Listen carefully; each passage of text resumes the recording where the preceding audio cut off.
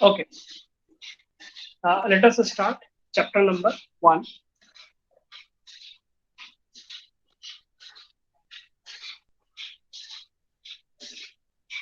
आपके पास एनसीईआरटी होगी, NCERT book open कर सकते हो, सभी के पास है। किससे किसके पास एनसीईआरटी अभी फिलहाल है? अरेंज करो फटाफट, सब लोग लिखे, जिसके पास है वो लिखे। 5, 6, 7, 8, 9, 10, 11, 12, 13, 14, 15। 2-3 लोगों के पास है, ठीक है। ऐसा नहीं सबको होना चाहिए, एनसीईआरटी साथ में होगी तभी हम पढ़ पाएंगे, क्योंकि एनसीईआरटी बेसिक है ना। पहले बता दिया था ना कि एनसीईआरटी हमारा main focus, main centre is NCERT, है ना। मेन सेंटर हमारा एनसीईआरटी होना चाहिए, बाकी जो बुक्स हैं वो उसके अराउंड होनी चाहिए, फोकस हमारा एनसीईआरटी होना चाहिए। तो चैप्टर नंबर 1 ध्यान रखना, चैप्टर 1 नंबर 1 इंट्रो है, इंट्रोडक्शन, है ना। चैप्टर नंबर 1 क्या है? Introduction, introduction of all physics. All physics मतलब अभी तक हम जितनी भी फिजिक्स पढ़ेंगे, हम लोग जितनी भी फिजिक्स पढ़ेंगे उन सब का ये समरी, चैप्टर नंबर 1, है ना। आज चैप्टर नंबर 1 ये जो है इम्पोर्टेंट नहीं,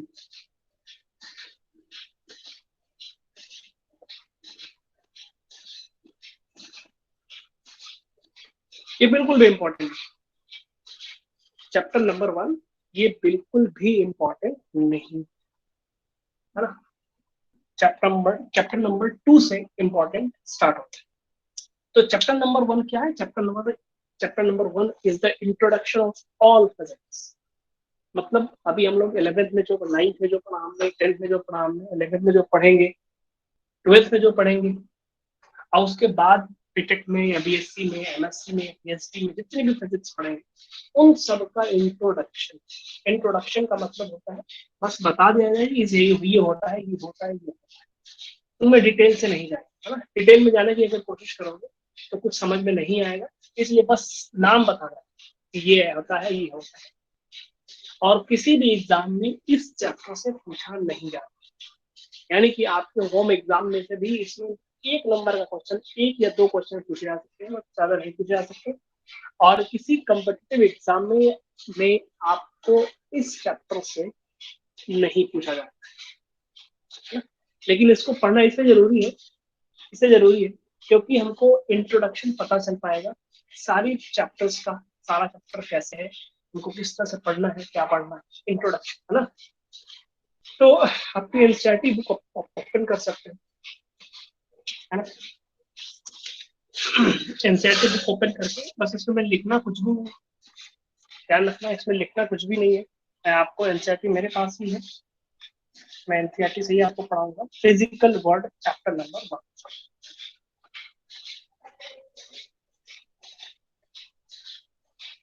चैप्टर 1 फिजिकल वर्ड। आप समझते रहोगे, पढ़ते रहोगे, देखते रहोगे। फिजिकल वर्ल्ड में आप देखना है हमको क्या क्या पढ़ना है, उस पर टिक करते रहना। हाँ, पेंसिल आपके पास होगी या पेन होगा, आप बुक पर टिक करते रहना क्या क्या हमको पढ़ना है, बस ऐसे ही पढ़ना है, कोई बहुत ज्यादा इंपॉर्टेंट नहीं। ठीक है, सबसे पहले लिखा हुआ है what is science. What is science, यहाँ पे सबसे ऊपर व्हाट इज साइंस, उसके नीचे सेकेंड पैरा लिखा हुआ है the word science originate from the Latin word scientia. सब लोग जानते हैं इसको। साइंटिया मीन्स टू नो, मतलब नॉलेज की बात है। Science means knowledge, systematic knowledge. उसके आगे लिखा हुआ है द संस्कृत वर्ड विज्ञान एंड द अरबिक वर्ड इल्म। इसमें एक अरबिक वर्ड भी है इल्म, और संस्कृत वर्ड भी है जिसको हम विज्ञान कहते हैं। हिंदी में या संस्कृत में उसको विज्ञान कहते हैं, और इंग्लिश में या साइंस, उसको साइंस कहा जाता है। इसके बाद लिखा हुआ है similar meaning, namely knowledge, knowledge या to know. Science in a broad sense, it is old as human species. जितनी human species जितनी old है, साइंस भी उतनी ही ओल्ड है। वो अलग बात है, पहले उतनी ज्यादा डेवलप नहीं थी साइंस, बाद में science day by day develop होती गई। ठीक है, उसके बाद वो पैरा छोड़ दो, नेक्स्ट पैरा पे आओगे, लिखा हुआ है व्हाट इज साइंस।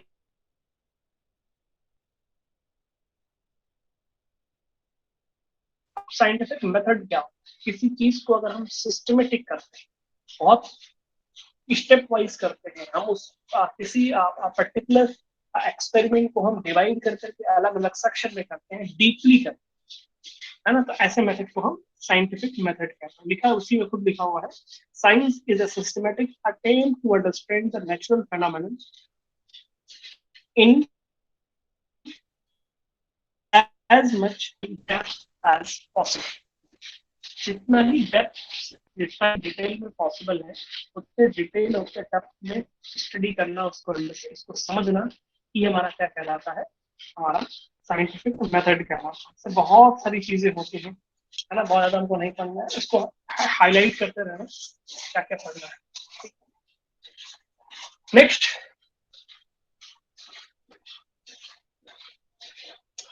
पेज पे आओ, पेज नंबर 2 पे आओ। पेज नंबर 2 में देखो, आप दो कॉलम बने हुए हैं, ये एक कॉलम और ये एक कॉलम, दो कॉलम। फर्स्ट कॉलम के पैरा के लास्ट में क्वांटम मैकेनिक्स, और भी बहुत सारे वर्ड्स हैं, तो मैं बहुत सारे आपको सर्च करके पढ़ भी सकते हैं, लेकिन कुछ कुछ वर्ड का मीनिंग मैं बता भी देता हूँ उसका। क्वांटम मैकेनिक्स, है ना, अभी आगे बताऊंगा क्वांटम मैकेनिक्स क्या होती है ना। उसके बाद नेक्स्ट कॉलम में आ जाओ, natural science which also includes other discipline like chemistry and biology. Natural science, chemistry और बायोलॉजी दोनों को एक साथ पहले क्या बोला जाता था, नेचुरल साइंस कहते हैं। The word physics comes from a Greek word meaning nature. ये मोस्ट इम्पोर्टेंट पॉइंट क्या, कि the word physics comes from Greek word meaning nature. Physics का मतलब ये क्या है, नेचर। फिजिक्स मीन्स नेचर, यानी स्टडी ऑफ नेचर, है ना। फिजिक्स क्या है, एक साइंस की ब्रांच है, साइंस की एक ब्रांच है जिसको हम बोलते हैं, जिसमें हम नेचर की स्टडी करते हैं। नेचर में क्या हो रहा है, मतलब नेचर में बहुत सारी चीजें होती है ना। प्लैनेट जो है वो सन के अराउंड रिवॉल्व करते हैं, ये भी एक नेचुरल फिनोमेना है ना। कोई भी ऑब्जेक्ट है वो डाउनवर्ड टुवर्ड द अर्थ आता है, जैसे एप्पल आ रहा था, तो वो भी एक नेचुरल फिनोमेना है। वो क्यों होती है, कैसे होती है, उसके बारे में डिस्कस करना है ना। जब लाइट एक मीडियम से दूसरे मीडियम में ट्रैवल करती है तो अपने पाथ से डेविएट हो जाती है, ये भी एक नेचुरल फिनोमेना है ना। बहुत सारी चीजें हैं, बहुत सारी चीजें ऐसी होती है। हायर टेम्परेचर से लोअर टेम्परेचर पे हीट फ्लो होती है, heat always flow from higher temperature to lower temperature. अगर कोई एक्सटर्नल मीन्स ना हो तो हमेशा हायर से लोअर पे जाएगी, यानी लोअर से हायर हीट फ्लो नहीं होगी। ये भी हमारा क्या है, एक नेचुरल फिनोमेना, ठीक है। तो एक्शन रिएक्शन, ये भी क्या है, हमारा एक नेचुरल फिनोमेनन है। तो इन सब सारी चीजों को डिस्कस इसमें हम करते हैं, इन सारी चीजों को हम डिस्कस करते हैं इन द फिजिक्स, ठीक है ना। उसी में आगे लिखा हुआ है, come the word physics comes from Greek word meaning nature, its Sanskrit equivalent is bhautiki. भौतिकी याद रखना इसको, bhautiki that is used to refer to the study of physical world, ठीक है। उसमें लास्ट में एक आता है unification and reduction, unification and reduction, दो वर्ड है। यूनिफिकेशन, यूनिफाई कर, यूनिक क्या यूनिफाई क्या यूनिफिकेशन, है ना, यूनिक से बना हुआ। यूनिक मतलब सिंगल, एक। रिडक्शन का मतलब अलग कर, रिड्यूस, रिडक्शन, अलग कर, है ना। तो यूनिफिकेशन का मतलब होता है एक करना, और रिडक्शन का मतलब होता है इसको हम एक तरीके से कहते हैं डिस्ट्रीब्यूट करना। क्या मतलब हुआ यहाँ पे साइंस में से, क्या मतलब हुआ? यूनिफिकेशन का मतलब हुआ कि कोई एक ऐसा मेथड या कोई एक ऐसा लॉ जो कई सारे फेनोमेनन को प्रूव करता है, मतलब एक्सप्लेन करता है। कोई एक लॉ जो कई सारे फेनोमेनन को एक्सप्लेन करता है, इसको हम कहते हैं यूनिफिकेशन। एक ही लॉ है, कई सारी चीजों को एक्सप्लेन, यानी कई सारी चीजों को एक ही लॉ एक्सप्लेन करता है। जैसे मैं कहता हूं कि सन सन के अराउंड जो प्लेनेट घूम रहा होता है उस पे कौन सा फोर्स लगता है? उस पे ग्रेविटेशनल फोर्स लगता है। और अर्थ के ऊपर कोई ऑब्जेक्ट जो है अर्थ की तरफ वो फॉल करता है, जैसे एप्पल फॉल करता है टुवर्ड द अर्थ, उसमें भी हमारा ग्रेविटेशन लगता है। तो इस phenomenon that means the planet is revolving around the sun, this is the phenomenon. इस फेनोमेनन को भी वही लॉ एक्सप्लेन करता है। और कोई ऑब्जेक्ट अर्थ की तरफ फॉल करता है, इस फेनोमेनन को भी हमारा कोई एक लॉ ही फॉलो एक्सप्लेन करता है। इन दोनों फेनोमेनन को, यानी और भी बहुत सारी चीजें हो सकती हैं, उन सारे चीजों को एक्सप्लेन करता है कोई एक पर्टिकुलर लॉ एक्सप्लेन करता है, इसलिए उसको बोलते हैं यूनिफिकेशन। ठीक है। सेम इसी तरीके से एक ही किसी एक किसी एक फेनोमेनन को अगर हम अलग अलग कंसेप्ट से, अलग अलग लॉ से हम इसको एक्सप्लेन करें तो उसको बोलते हैं रिडक्शन। किसी एक फेनोमेनन को हम अलग अलग लॉ से एक्सप्लेन करें उसको बोलते हैं रिडक्शन। यूनिफिकेशन मतलब एक लॉ से कई चीजों को एक्सप्लेन करना, और एक चीज को कई लॉ से एक्सप्लेन करना हमारा रिडक्शन। ठीक है ना, unification and reduction.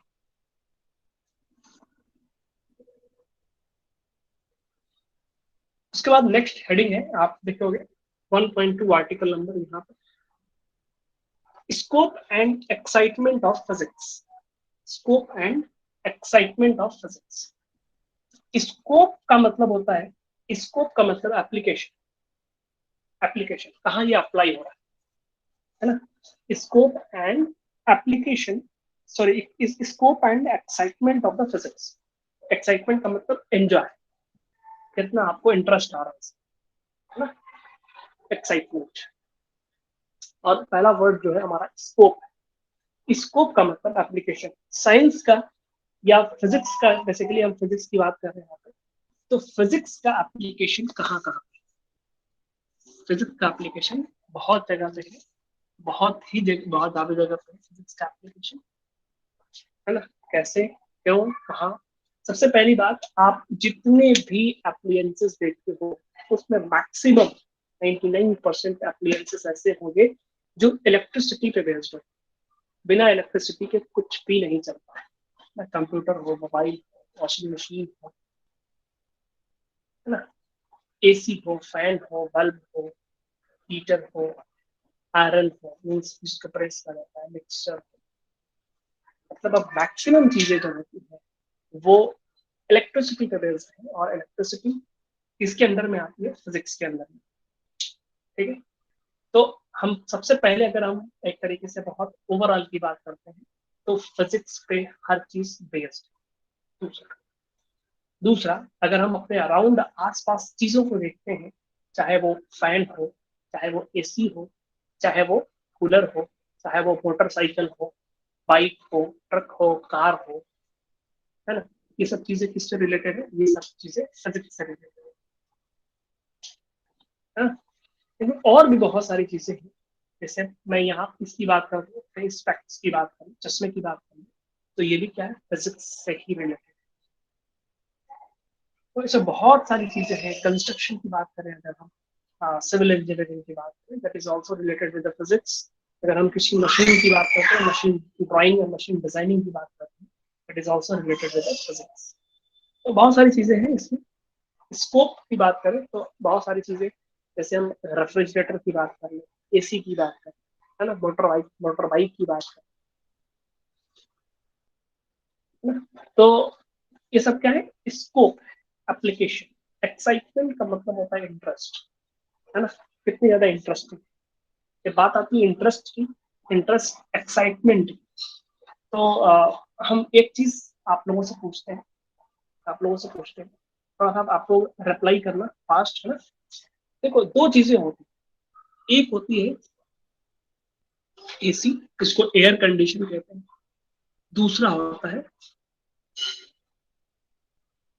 Cooler, AC and cooler, जो कि आज कल बहुत यूज होता है, एसी एंड कूलर। इन दोनों में बेसिक डिफरेंस क्या है, तो बताए what is the main basic difference between AC and cooler, कोई भी क्या डिफरेंस हो सकता है, ये दोनों एक ही चीज है। सिमिलरिटीज भी बता सकते हैं, what is the basic similarities. Open कर सकते हो अपना माइक, माइक ओपन कर सकते हैं, क्योंकि ये वैसी क्लास नहीं है, आज की क्लास वैसी कोई खास नहीं है, इसलिए आप माइक ओपन करके आप डिस्कशन कर सकते हो। एनीवन, किसी को आप लगता होगा कि what is similarities between, voltage supply तो है ही है, नहीं इसका यूज जो हो रहा है, यूज जो कर रहे हैं, तो सिमिलरिटीज और डिफरेंस। सिमिलरिटीज से मैं एग्जांपल बता दूं कि दोनों कूल कर, दोनों कूल करते, both are use to cool, ये तो सिमिलरिटी हो गई। डिफरेंस क्या है? सर एसी में क्लोरोफ्लोरोकार्बन यूज होता है और कूलर में ऐसा कोई सब्सटेंस यूज नहीं होता है। गुड, चलो अच्छी बात, ये डिफरेंस हो गया। और कोई डिफरेंस कोई और बताएगा?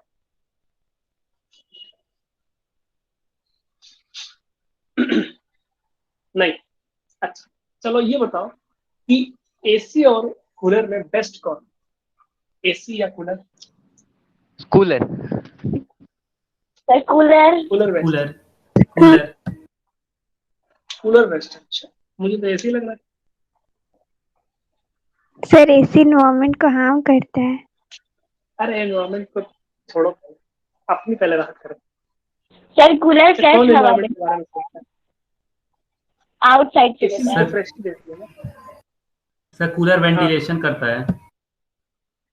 वेंटिलेशन तो एसी भी करता है,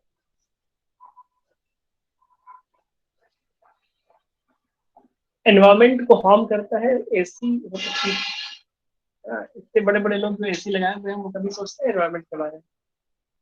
कभी नहीं सोचते, एनवायरमेंट के बारे में नहीं सोचते, है ना। तो अच्छा, उसको अगर छोड़ दिया जाए, इसके अलावा क्या और चीज है जो, जिसके ऊपर आप कह सकते हो कि कूलर बेस्ट? सर कूलर कम इलेक्ट्रिसिटी कंज्यूम करता है। कूलर कम, ये भी बहुत अच्छी बात है। चलो, कूलर बहुत कम यूज करता है। अच्छा, चलो अच्छी बात है, तो कूलर ज्यादा अच्छा हुआ, ठीक है। लेकिन लोग क्या होता है कि कूलर ना यूज करते, एसी यूज करते हैं। क्यों? कूलर आपका बहुत ज्यादा आएगा तो बहुत महंगा वाला जो आएगा वो 8,000 10,000 का, 8 to 10,000, है ना। 6,000 का भी मिल जाएगा। मैं अगर 10,000 भी मान लेता हूँ कि कूलर जो है वो 10K, मतलब 10 किलो, मतलब 10,000, 10,000। और जो एसी आती है वो अप्रोक्सीमेटली 25,000 आती है, एटलीस्ट कम से कम इतनी की आती है, 25। तो कूलर ज्यादा 18 की बढ़िया था आती तो है लोग, सर। हाँ। सर 18,000 की आती है एसी। अच्छा, चलो मान लो ये ठीक, तभी तो इससे महंगी हुई ना। तो जब कूलर बढ़िया था तो लोग एसी क्यों लगा रहे?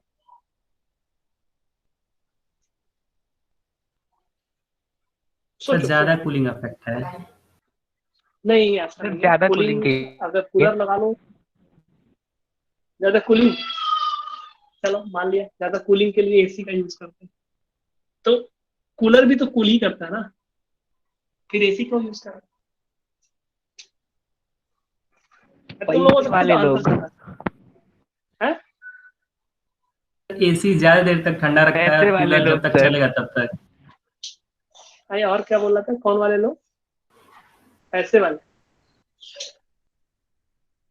पूरी को नहीं, करता है सर, 10 साल का गंदा होता है। ऐसा नहीं, ऐसा नहीं है। एसी तो बहुत ज्यादा सुपीरियर है then cooler, no doubt.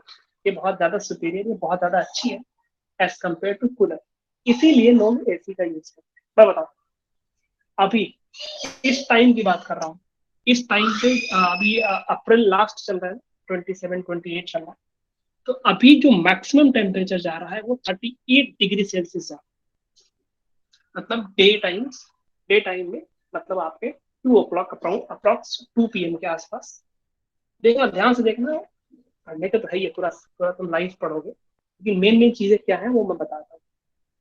38 degree 2 PM पे, अभी 2 बजे के आसपास, जब 2 बजेगा तो ये मैक्सिमम टेम्परेचर 37-38 जाता है।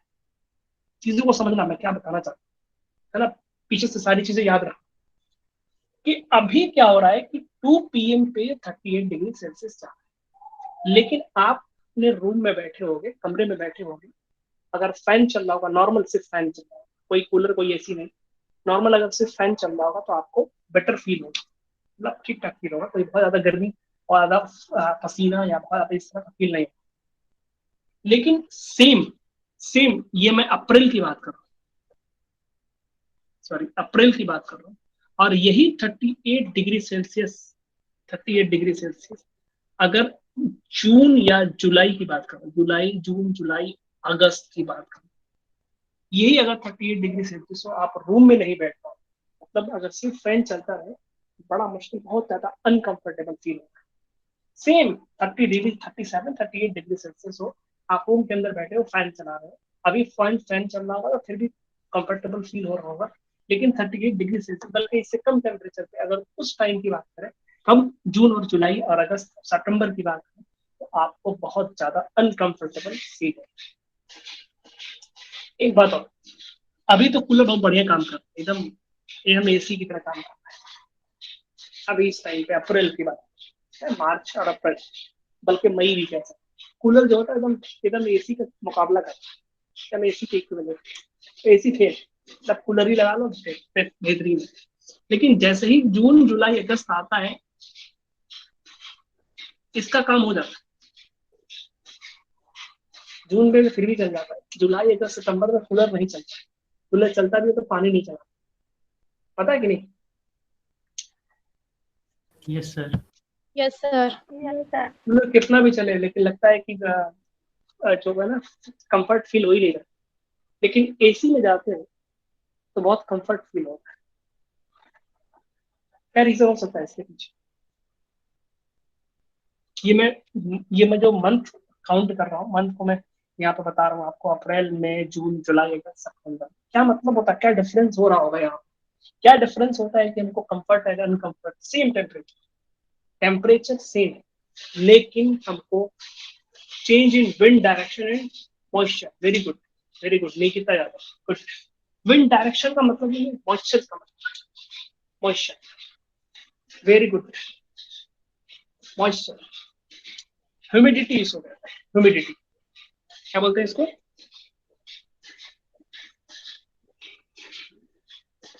ह्यूमिडिटी, मॉइस्चर जिसको कहते हैं। मॉइस्चर का मतलब होता है वाटर पार्टिकल्स इन एयर, ये हमारी एयर है, एयर के अंदर वाटर पार्टिकल्स है, स्टीम जैसे कह सकते हैं। स्टीम जो प्रेजेंस है अभी, अभी जो स्टीम का परसेंटेज है या हम मॉइस्चर का परसेंटेज है, उसको कह सकते हैं बहुत ही कम है, बहुत कम। आप नेट पे सर्च करोगे humidity in mouth, humidity in mouth, अगर आप सर्च करोगे तो आपको मिलेगा 15% के आसपास, है ना, 15%, 12% कभी हो जाती है, कभी 18%, अराउंड मैं कह रहा हूँ 15%। ध्यान से चीजों को देख लेना, चाहो तो अपने रफ कॉपी पे लिख भी सकते हो। अभी जो शो कर रहा होगा वो अराउंड 15% शो कर रहा होगा, लेकिन नॉर्मल जो ह्यूमिडिटी परसेंटेज होता है वो 50 to 60% होता है। नॉर्मल 50 to 60% होता है, और इस टाइम पे सोचो 15% है, ये वेरी वेरी लेस, बहुत ज्यादा लेस है जिसकी वजह से इस टाइम पे जैसे ही हम कूलर लगाते हैं और एयर चूंकि एकदम ड्राई एयर है ना, ड्राई एयर होने की वजह से क्या होता है कि जैसे ही कूलर के अंदर एयर जाती है वैसे ही क्या होता है, एयर जो होती है मॉइस्चर्स को एब्जॉर्ब करती है और ये हमारा एंडोथर्मिक प्रोसेस होता है जिससे हीट को वो कैप्चर करता है ना, और कूलिंग हो जाती है, हीट को बाहर निकाल देता है और क्या होता है, कूलिंग हो जाती है। कूलिंग होती है इससे तो हमको हवा जो है वो ठंडी मिलती है, एकदम ठंडी। आप नॉर्मल कपड़ा भी ले लो, कोई भी कपड़ा, गीला कपड़ा ले लो और उसको एक बार दो बार हवा में ऐसे ऐसे करने के बाद उसको टच करोगे तो कूल फील हो।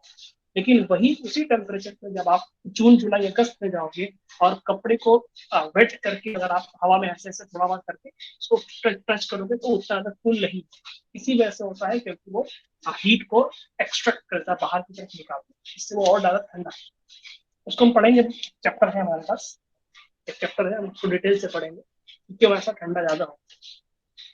तो कहने का मतलब इस टाइम पे हमारी ह्यूमिडिटी जो परसेंटेज है एयर के अंदर वो 15, जो कि बहुत ज्यादा ड्राई एयर से स्किन सूख।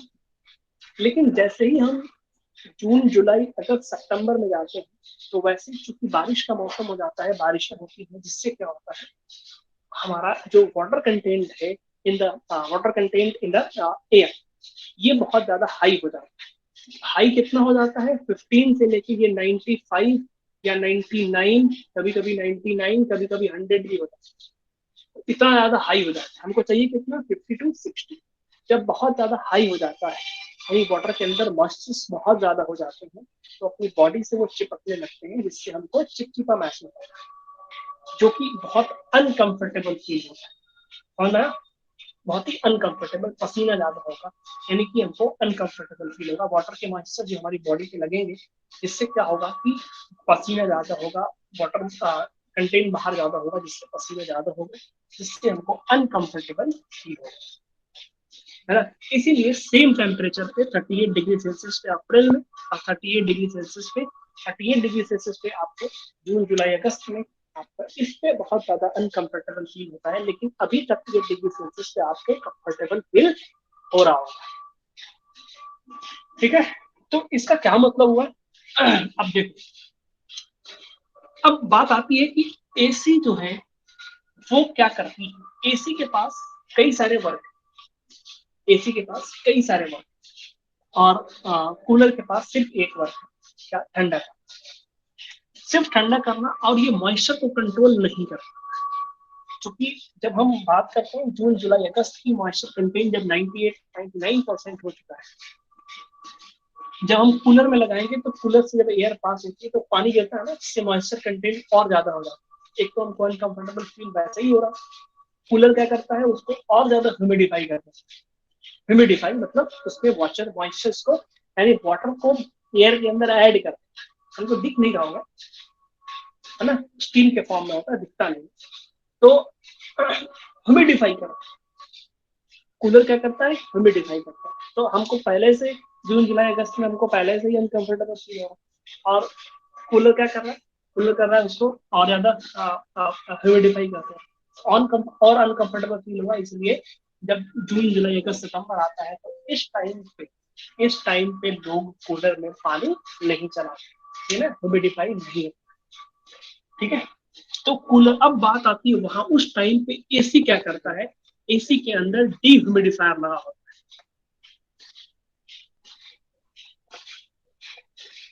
डीह्यूमिडिफायर लगा होता है। डीह्यूमिडिफायर क्या करता है, उसके मॉइस्चर्स कंटेंट को, यानी कि जो हमारा ह्यूमिडिटी परसेंटेज है उसको कम कर देता है और उसको 50 to 60 या बिलो 50 लाने की कोशिश करता है, यानी नॉर्मल कंडीशन में लाने की कोशिश करता है। जितना परसेंट ह्यूमन बीइंग को कंफर्ट फील होने के लिए चाहिए, उतने परसेंटेज को वो एसी कंट्रोल करता है, कंडीशन अप्लाई होती है, इसीलिए उसको बोला जाता है एयर कंडीशन। यानी एयर के अंदर क्या क्या चाहिए ह्यूमन बीइंग को कंफर्ट फील करने के लिए, वो प्रोवाइड करता है, इसलिए इसका नाम एयर कंडीशन है। कंडीशन यानी जो कंडीशन आपको ह्यूमन बीइंग को चाहिए, दैट कंडीशन, वो कंडीशन को मेंटेन करना। चले होगी बात, उस कंडीशन को मेंटेन करता है, कंडीशन को मेंटेन करता है, इसलिए उसको हम बोलते हैं एयर कंडीशन। क्लियर होगी बात? तो एसी ठंडा भी करता है, उसके साथ साथ ह्यूमिडिटी कंट्रोल भी करता है। दूसरा, कूलर क्या करता है, ये सिर्फ एक तरीके से हम कहते हैं कूल का काम करता है। जब कूल तभी कर पाता है ज्यादा अच्छा जब हमारी ड्राई एयर होती है, ड्राई एयर होती है, समझ में आ गया? तो इसलिए लोग इतना ज्यादा पैसा खर्चा करते हैं एसी पे। और अभी एसी का बहुत ज्यादा मजा नहीं है हमारे पास में, बहुत ज्यादा, क्योंकि कूलर भी ठंडा कर रहा है। एसी का जो असली मजा होता है वो जुलाई, जून, जुलाई, अगस्त, सितंबर, अक्टूबर, हल्के नवंबर तक कह सकते हो, नवंबर तक। उधर का जब बारिश होना स्टार्ट हो जाती है, जब ह्यूमिडिटी इंक्रीज कर जाती है ग्रेटर देन 60%, 60% से ज्यादा हो जाती है, तब हम क्या करते हैं कि एसी का यूज करते हैं। जिससे क्या होता है, एक चीज और ध्यान रखोगे आप लोग, कभी आपने ध्यान दिया होगा, जिसके घर में एसी होगी या जिसके नहीं होगी वो भी जानता होगा कि कूलर के अंदर पानी डाला जाता है। यस और no? Yes sir. Yes sir. AC के अंदर भी पानी डाला जाता है। यस और नो?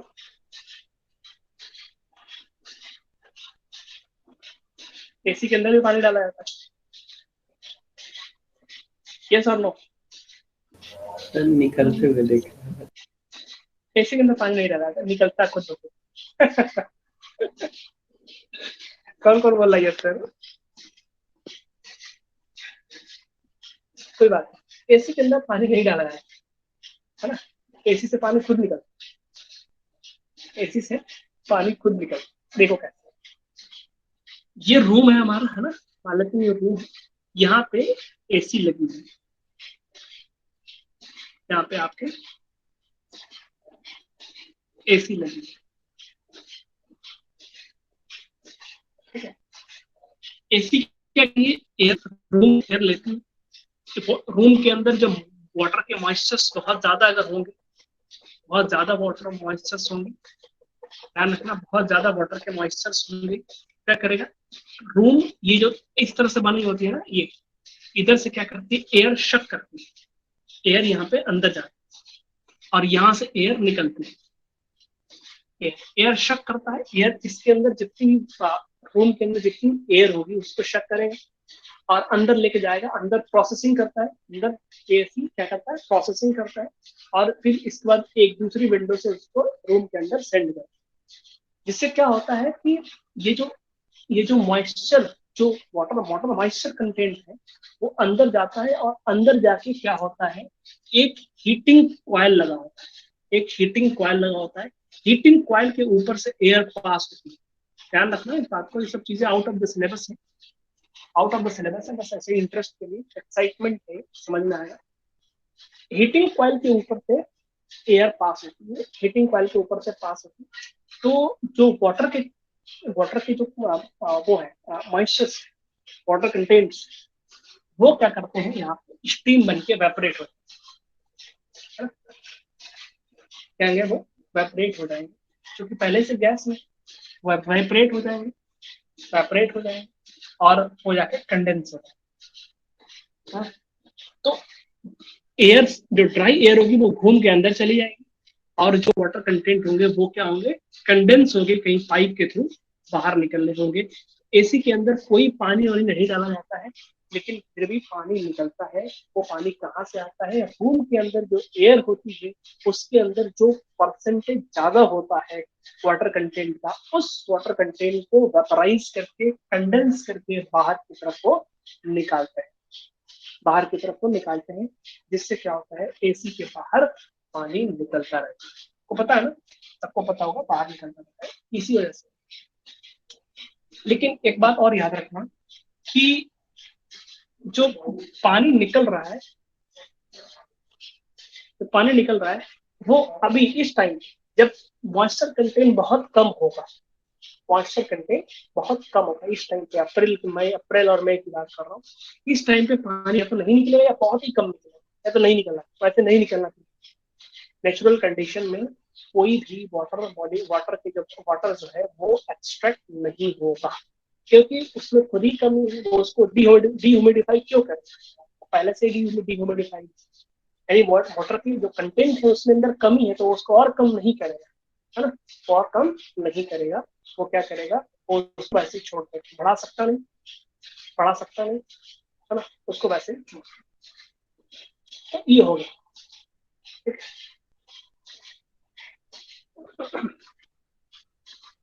बात समझ आ रही है? यस और no? Yes, sir. Yes, sir. Yes, sir. तो ये जो पानी निकलता है बाहर एसी से बाहर, वो क्या होता है, वो जब वो जुलाई, जून, जुलाई, अगस्त, सितंबर आता है, उस टाइम पे वाटर बहुत ज्यादा निकलता है। देखना कि हर 2-3 घंटे के बाद पूरी एक बकेट होगी वो भर जाएगी, है ना, या बहुत कंटिन्यूअस पानी निकलता रहता है। वो इसी वजह से होता है क्योंकि जो रूम के अंदर जो एयर होती है उसके अंदर जो मॉइस्चर्स होते हैं, मॉइस्चर्स को वो कहते हैं ना कि कम करता है ना, या हम कह सकते हैं एयर को वो ह्यूमिडिफाई करता है, ठीक है। इसीलिए जब हम बहुत ज्यादा हमको पसीना हुआ होता है, बहुत ज्यादा पसीना हुआ होता है और हम एसी वाले रूम में जैसे ही जाते हैं तो स्किन बहुत ज्यादा रूखी रूखी होने लगती है ना, सारे पसीने सूख जाते हैं, स्किन एकदम रूखी रूखी हो जाती है। वो इसी वजह से होती है, क्योंकि वाटर की जो कंटेंट है रूम के अंदर बहुत कम होता है, ठीक है। तो ये सब सारी बातें थी। एक पॉइंट और डिस्कस कर लेते हैं इसमें। एक पॉइंट, इसमें बहुत सारी चीजें हैं पढ़ने के लिए लेकिन हमारे सिलेबस में सब नहीं है। अब इंजीनियरिंग में जाओगे, जब बीटेक उटेक करोगे तो आपको ये डिटेल से पढ़ाएंगे। एक पॉइंट इससे रिलेटेड एक चीज और बात कर लेते हैं, वैसे है तो इसमें बहुत सारी चीजें, लेकिन फिलहाल हम बात कर लेते हैं एक और पॉइंट की कि कूलिंग कैसे होती है। किसी चीज को हीट करना हो तो किसी चीज को बर्न करना, जैसे मान लो वाटर को अगर हम हीट अप करना, कोई बकेट में या कोई पॉट है उसमें अगर वाटर है उसको हमको हीटअप करना है तो कोई भी चीज हम बंद कर लें, कोई भी चीज, पेपर को बंद कर लें, वुड को बंद कर लें, है ना, गैस, है ना, गैस स्टोव को बर्न कर लें, हीटर को बर्न कर लें, इससे वाटर क्या होता है, हीटअप हो जाएगा। लेकिन अगर हमको वाटर को कूल करना हो तब क्या, कूल करने के लिए हम रेफ्रिजरेटर में रखेंगे। तो रेफ्रिजरेटर कैसे काम करता है, कैसे कूल करता है, बहुत सिंपल है। एक बात याद रखना कि आप सभी लोग साइकिल चलाते होंगे, साइकिल चलाते होंगे तो उसमें आप पंप से आप हवा भी करते होंगे, है ना, ये पंप होगा, पंप से आप हवा भी भरते होंगे, नो डाउट, ठीक है। और जब आप ये देखते हो इस तरह से होता है और यहाँ से जब इसको नीचे की तरफ पुश करते हो तो एयर कंप्रेस होती है। और कंप्रेस होने से क्या होता है, ये जो वॉल होती है, ये वॉल आप हीटअप हो जाता है। बहुत ज्यादा जब पंपिंग करोगे तो ये वॉल्स जो होती है, वॉल्स जो होती है वो हीटअप हो जाती है। और वॉल्स जब हीटअप हो जाती है, तब क्या होता है, वॉल्स हीटअप हो जाती है। तो कंप्रेस करने से वॉल्स हीटअप होती है। वॉल हीट क्यों होती है, क्योंकि इसके अंदर जो भी एयर होती है वो कंप्रेस होती है। कंप्रेस मतलब दबा दिया, कंप्रेस। तो जब एयर कंप्रेस होती है तो हीटअप, एयर कंप्रेस होती है तो हीटअप। अगर हम करें क्या, इसको कंप्रेस करें, यानी यहाँ पे बहुत ज्यादा कंप्रेशन हो जाएगा, बहुत ज्यादा कंप्रेशन हो जाएगा, ये बहुत ज्यादा कंप्रेस हो जाएगा। तो यहाँ पे जो वॉल्स होंगी ये बहुत ज्यादा हीटअप हो जाएंगे, है ना। जब बहुत ज्यादा हीटअप हो जाएंगे तो क्या करेंगे, इसको ऐसे ही दबा के रखें। फिर धीरे धीरे क्या होगा, हीट बाहर की तरफ निकल जाएगी। कुछ देर के बाद क्या होगा, कुछ देर के बाद ये जो गैस है वो धीरे धीरे अपनी हीट को बाहर एटमॉस्फेयर में निकालती रहेगी। कंप्रेस है ऑलरेडी, कंप्रेस, लेकिन धीरे क्या करेगी, वो अपनी हीट को बाहर की तरफ निकालती रहेगी। बाहर की तरफ निकालते थोड़ी देर के बाद क्या होगी, वो नॉर्मल टेम्परेचर पे आ जाएगी। जैसे हम वाटर की बात, टी की बात करें, चाय की बात करें, कप में अगर हम एक चाय रखते हैं तो रख देते हैं, फिर धीरे धीरे नॉर्मल हो जाती है। सेम इसी तरह से हम कंप्रेस करने के बाद उसको हम ऐसे लिए रहेंगे तो धीरे धीरे क्या होगा कि धीरे क्या होगा कि वो नॉर्मल टेम्परेचर पे आ जाएगा। और फिर जैसे ही उसको अचानक से छोड़ेंगे, अचानक से इसको एक्सपेंड करेंगे, तो किसी कोई चीज जब कंप्रेस करने से हीट होती है तो अचानक से इसको जब हम एक्सपेंड करते हैं तो वो कूल हो जाएगा। यानी कि इसका टेम्परेचर, बाहर का टेम्परेचर अगर 25 डिग्री सेल्सियस है तो कंप्रेस करने के बाद इसका टेम्परेचर कितना है, 25 डिग्री सेल्सियस।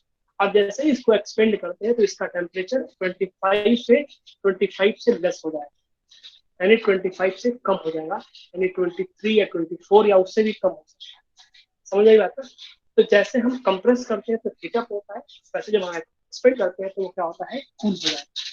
तो ये कंसेप्ट हमारा किसमें लगता है, रेफ्रिजरेटर में या एसी में लगता है। इसीलिए बोला जाता है कि रेफ्रिजरेटर या एसी के अंदर एक कंप्रेसर होता है। कंप्रेसर आप लोग जानते होंगे, मेन पार्ट पूरे जितने भी जो भी एसी है या रेफ्रिजरेटर है उसका जो मेन कंपोनेंट है दैट इज कंप्रेसर। कंप्रेसर का काम क्या होता है, just to compress the chlorofluorocarbon या जो हमारी अमोनिया, जो भी है अमोनिया गैस या कोई भी जो भी गैस इसके अंदर यूज होती है, उस गैस जो भी गैस यूज होती है उस गैस को वो कंप्रेस करता है और एक्सपेंड करता है। कंप्रेशन एक्सपेंशन, कंप्रेशन एक्सपेंशन, ये प्रोसेस कंटिन्यूअस चलता है जिससे कूलिंग होती रहती है। एक तरफ कूलिंग होती है तो एक तरफ हमारा क्या होता है, हीट को एग्जॉस्ट भी करता है ना। तो एक हीट को एग्जॉस्ट करने के लिए रेफ्रिजरेटर के पीछे आप देखते होंगे कि वायर लगे होते हैं, पतले पतले पाइप लगे होते हैं, उससे क्या होती है, हीट बाहर निकलती है और रेफ्रिजरेटर के अंदर कूलिंग स्टार्ट हो जाती है ना। आप देखे होंगे एक चीज और, जब एसी के पीछे बहुत ज्यादा हीट निकलती है ना, अंदर कूल कर रहा होता है तो हीट को बाहर की तरफ निकालता है। सेम इसी तरीके से आप एसी में दो तरह के एसी देखते होंगे, एक स्प्लिट एसी, एक स्प्लिट एसी और एक विंडो एसी। विंडो एसी में तो पीछे आप बाहर की तरफ निकलती है, स्प्लिट एसी में क्या होता है, एक पार्ट अंदर लगा होता है रूम के अंदर और एक पार्ट जो होता है वो आउटडोर जिसको बोला जाता है वो बाहर की तरफ होता है ना। इसमें से हीट बहुत ज्यादा बाहर निकलती है, छत पे कहीं लगा होता है, ये रूम के अंदर लगा होता है, ये रूम के अंदर लगा होता है, इसको एक्सपेंशन वॉल्व कहते हैं। एक्सपेंशन, जहाँ एक्सपेंशन होगा वहां पे कूलिंग होगी, तो इसके अंदर एक्सपेंशन वॉल्व लगा होता है और इसके अंदर कंप्रेशन होता है। तो यहाँ पे कंप्रेशन, यहाँ पे एक्सपेंशन। एक्सपेंशन कहाँ होगा, जहाँ एक्सपेंशन होगा कूलिंग होगी, हमको कूलिंग कहाँ थी, रूम के अंदर चाहिए, that's why it is fixed in the room. ये रूम के अंदर फिक्स होता है, आउटडोर जो होता है वो बाहर एटमोस्फियर में होता है। तो ये सब सारी चीजें हैं, बेसिक चीजें, इनको पढ़ के आप बहुत, इससे बहुत ज्यादा हमको डिटेल में नहीं जाना, बेसिक चीज बता दिया मैंने कि कोई भी डिवाइस या वो रेफ्रिजरेटर हो, चाहे वो कूल कैसे करता है, उसके अंदर कूलिंग के लिए आपका कंप्रेसर लगा होता है और एक्सपेंशन वाल्व लगी होती है ना, जिससे कंटिन्यूअस कूलिंग मेंटेन हो। तो इसमें और भी बहुत सारी चीजें हैं, थोड़ा सा इतना पढ़ना, और इस चैप्टर को अगर पढ़ाए तो कई दिन लग जाएंगे, लेकिन एक दो दिन 3 दिन में हम लोग इसको चैप्टर नंबर 1 को 2 to 3 लेक्चर्स, कल अगर फिनिश हो जाएगा तो ठीक है, नहीं तो एक दिन और लेके हम इसको फिनिश करें। तो इतना थोड़ा सा पढ़ना आप लोग, स्कोप एंड एक्साइटमेंट में इसमें बहुत सारी चीजें हैं, अभी एक दिन 2 दिन और मैं लूंगा। Any problem? उसके बाद हम लोग chapter number 2 start.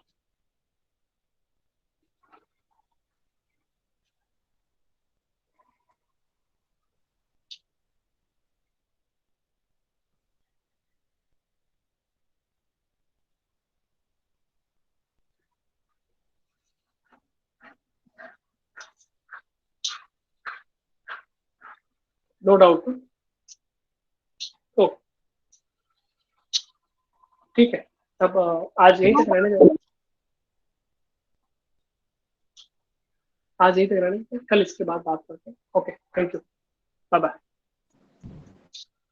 Thank you sir. Thank you, sir.